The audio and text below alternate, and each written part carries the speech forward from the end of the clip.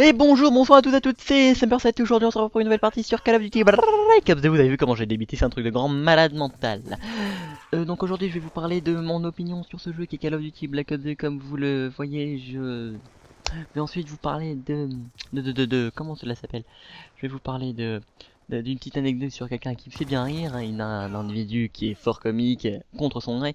Et enfin je vais vous parler de la chaîne, des petits projets que nous avons qui aboutiront pas certainement. Bon, je suis optimiste, je le sais, et voilà. Et donc je vais ensuite, comme vous voyez d'ailleurs, je pose mon plan comme en français. Il faut d'abord poser son plan, puis ensuite chercher des arguments, etc. et des procédés. Oui, je suis obnubilé par cette langue, par cette langue, par cette matière qui est absolument ignoble. En fait, je vais donc avant tout poser le décor. Je suis avec Didier dans l'équipe et Hitman aura rejoint en cours de partie, ce qui fait qu'il aura causé ma perte puisqu'il m'aura tué plusieurs fois en belle série. Il m'aura bousillé mon ratio, même s'il est assez potable dans cet accueil, dans cette partie, dans ce gameplay, vous appelez ça comme vous voulez. Et je suis en compagnie de Didi dans l'équipe. Je sais pas si je vous l'ai dit, mais je vous le redis. Et voilà.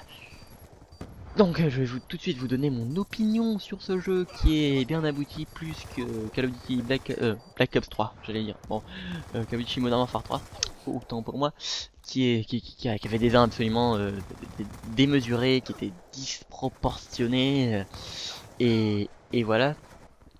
Donc je vais vous parler du général, puis du puis du principe, qui donc du principe, puis du particulier.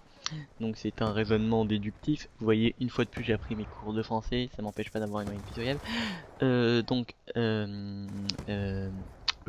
oui, absolument, oui bien sûr. Donc oui, la meilleure invention de ce jeu, il s'agit du carré-croix à mon avis quand vous êtes dans un accueil, que tout le monde vous fait chier. Carré-croix, vous n'avez pas à sélectionner l'individu, faire flèche du haut, croix, bon non ça c'est pour Rashkit. Oui, je suis un grand Rashkitter dans la vie, mon hobby c'est de Rashkiter. C'est une grande passion. Et puis, vous avez vu la transition entre les sujets quand même, c'est assez magnifique. Donc, ensuite, ce que je trouve assez magnifique aussi, c'est Select Triangle. Hein, quand ils inventent quelque chose de magnifique, il faut savoir forcément qu'ils inventent un truc absolument pitoyable qui pourrit le jeu. Vous faites d'abord des petits switch comme ça et que vous voulez regarder le score vite fait.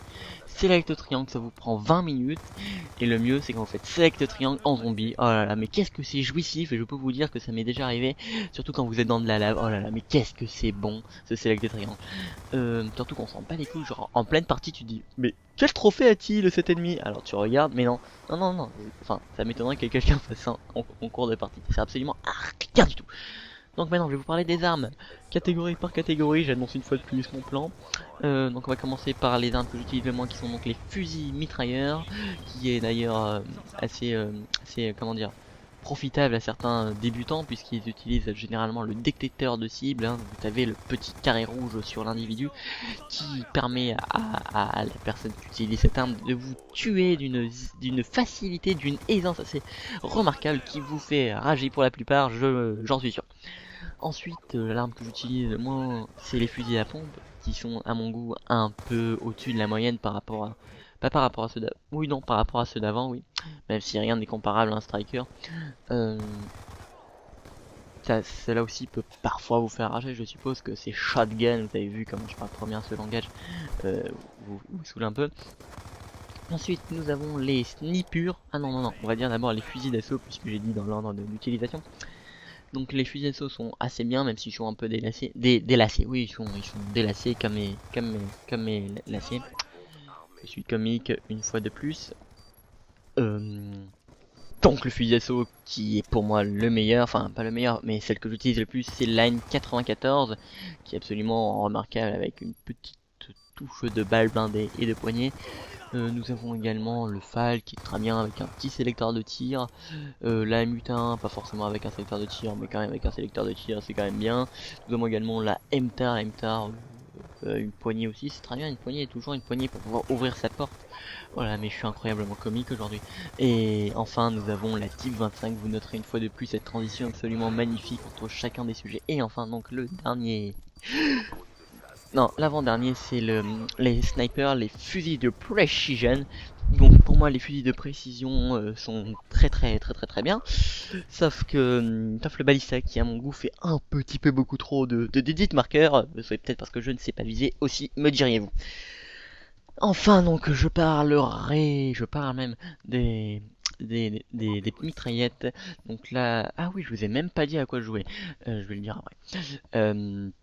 Donc pour moi la meilleure arme c'est la MSMC, même si elles sont toutes très bien à mon goût, excepté la Scorpion, parce que la Scorpion je n'arrive pas à la gérer, elle a une cadence trop élevée, ça fait que je peux pas trop enchaîner les frags. Donc voilà. Ensuite, donc pour moi la meilleure configuration à adopter sur la MSMC, donc je ne dis pas c'est la meilleure, mais pour à mon goût, hein, évidemment vous faites comme vous voulez après, c'est le canon long et le chargeur grande capacité qui sont pour moi une configuration absolument parfaite qui nous amène au point culminant de la perfection. Donc maintenant je vais poser le décor, donc le décor, je sais je pose le décor au milieu du truc, mais bon on va pas critiquer non plus, hein, c'est pas la fin du monde. Donc mes killstreaks sont le drone, le foudrement et le lotsar que je ne débloquerai pas grâce à mon cher camarade Hitman. Je joue avec en atout, j'ai deux atouts premiers qui sont poids léger fantôme, puis j'ai le sang-froid et j'ai le condition extrême. C'est en fait pour moi une manière de faire du pre-training rush. J'aime bien cette appellation, je dis pre-training rush même si ça paraît plutôt Slayer hein, pour ceux qui s'y connaissent dans le domaine quoi. Même si en plus pure training rush ça ne convient pas littéralement à ce que je fais. Parce que training c'est l'entraînement mais bon bref on s'en fout. Ah oui voilà là. Donc je vais vous parler de mon professeur de mathématiques. Professeur de mathématiques qui est très comique à son insu en fait parce que vous voyez quand il s'énerve, bah, en fait il perd tout son sérieux. Genre il essaye de paraître sérieux mais en fait on n'arrive pas à le prendre pour crédible, hein. On sait pas pourquoi. Ça fait qu'en fait tout le monde parle, il veut mettre la classe au calme comme tout professeur, comme tout bon professeur. Sauf que le problème c'est que il fait rire tout le monde. Il a une façon de parler, je pense pas qu'avec ce micro vous pourriez bien la comprendre, qui fait qu'en fait il parle comme ça. Il fait s'il vous plaît là. Et quand il s'énerve ça fait ça et ça fait que c'est assez comique. Tout le monde se pète de rire et le cours part en couille si je puis me permettre. Ah oui, en plus, ce professeur de mathématiques a un nom, des Teletubbies. Non, je ne blague pas, il s'appelle vraiment Lala. Lala, la seule fille des Teletubbies. Et donc c'est Lala. Oui, c'est Lala. C'est comme ça d'ailleurs que je me suis souvenu de ce professeur qui est absolument magnifique. Donc Lala. Ça n'est pas une blague. Et je vous donnerai pas son nom de famille parce que sinon après il va recevoir des menaces je suppose. Parce que vous êtes quand même tous des grands tueurs. Hein. Et voilà. Et donc pour terminer, je vais vous parler. Ah oui, en plus ce qui est encore mieux, c'est qu'au conseil de classe, ce professeur nous complimente. Il fait ah je trouve que cette classe elle est très calme.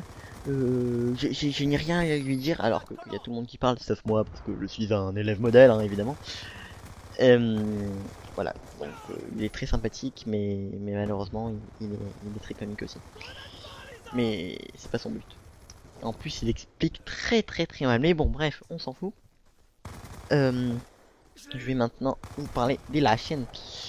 Alors, comme l'a annoncé notre cher Liker dans la description, parce que c'est lui qui a fait la description, parce que moi j'ai une connexion tellement lamentable que je n'ai jamais la capacité de... Si j'ai dû le faire une fois, de poster les gameplays, les vidéos, c'est absolument impossible pour moi. Je ne sais pas pourquoi, je l'ignore totalement. Mais voilà, ça fait que ce sera encore Lakers que vous verrez dans la description, mais en fait, donc, il disait dans la description que la frag movie, prochaine frag movie, elle sortirait dans 1 ou 2 mois, dans 2 ou 3 mois, pardon. Sauf que c'est absolument impossible parce qu'on a que 5 clips en fait. Vous voyez, donc c'est assez compliqué de tenir 5 minutes avec 5 clips, à moins de... Non, impossible. Enfin ouais, en mettant beaucoup de cinématiques, après ça fait beaucoup moins intéressant. Donc également, nous comptons les noms. Ah oui, regardez, non c'est après. Donc nous comptons faire une série dans la ligue qui est synonyme de compétition, même si c'est pas réellement de la compétition, hein. C'est comparable on va dire, mais c'est pas 100% ça, hein. C'est tout ce que c'est pas pareil.